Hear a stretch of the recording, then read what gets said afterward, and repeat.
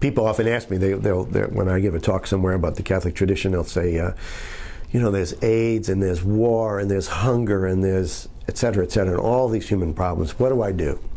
I suggest to people two first steps, which get at both the individual nature of Catholic social teaching and human dignity and at the structural and systemic nature of Catholic social teaching. First is, have some way that you come in contact on a regular basis with people who are the Anawim, with Jesus among the poor.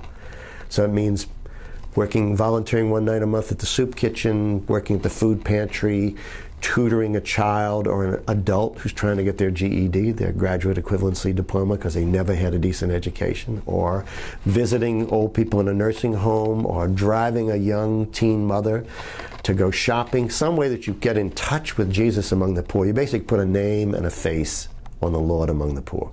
That's the first thing. And second, get involved in one issue. You can't deal with all these issues. You can't understand all these issues, etc. But get involved with one issue and get deeply involved in it over the course of years, so you become kind of an expert among kind of civilian population, you might say, without being a university professor or a government scholar or whatever. And if you can, connect your individual to your issue. So for example, if you work in the soup kitchen, join Bread for the World, which is a Christian anti-hunger group, been in existence for decades now, that basically enables its members to write to Congress on a regular basis about food issues, so that you connect your working in the soup kitchen to food issues, and they're both domestic and international food issues. So you become somebody who becomes very acquainted with like the food issue as you go through your life. Or let's say you are tutoring a child or an adult, get involved in a school reform group. Join the PTA, whatever it may be, where you get involved in education issues. Or if you're visiting an old person in a nursing home, get involved in a nursing home rights group, a group that looks at nursing homes and the quality of care that people get, more than just visiting that one person.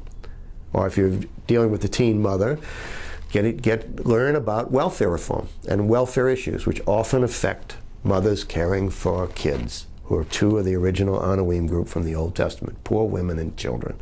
And so you connect your individual activity to your personal activity. And then out of that will flow a lot of other things, I think, in people's lives. But if people did those two things, they would be animated by the context. See, when Vincent de Paul told people, the daughters of charity, the sisters of charity, the women, basically, of France, the well-to-do women, to visit the poor, it wasn't to see if they had two TV sets or an extra car in the garage. It was basically to convert these women by coming in contact with Christ among the poor. So the point of having this one-on-one contact with somebody who's poor is really, one, to help them, but two, for the conversion of the helper. And that's the way Vincent saw it. And so you have the individual role, and then you connect that to issues. And once you get into sort of looking more deeply at one issue, you begin to see how it connects to other issues as well. But if people just got really deeply involved in one issue, it would be great. It's like the old Christopher thing about if we all lit one little candle, what a bright world it would be. I mean, that's 50 years ago, but it's that kind of thing. That if we all got deeply involved in one social, cultural, political issue, it would change the world.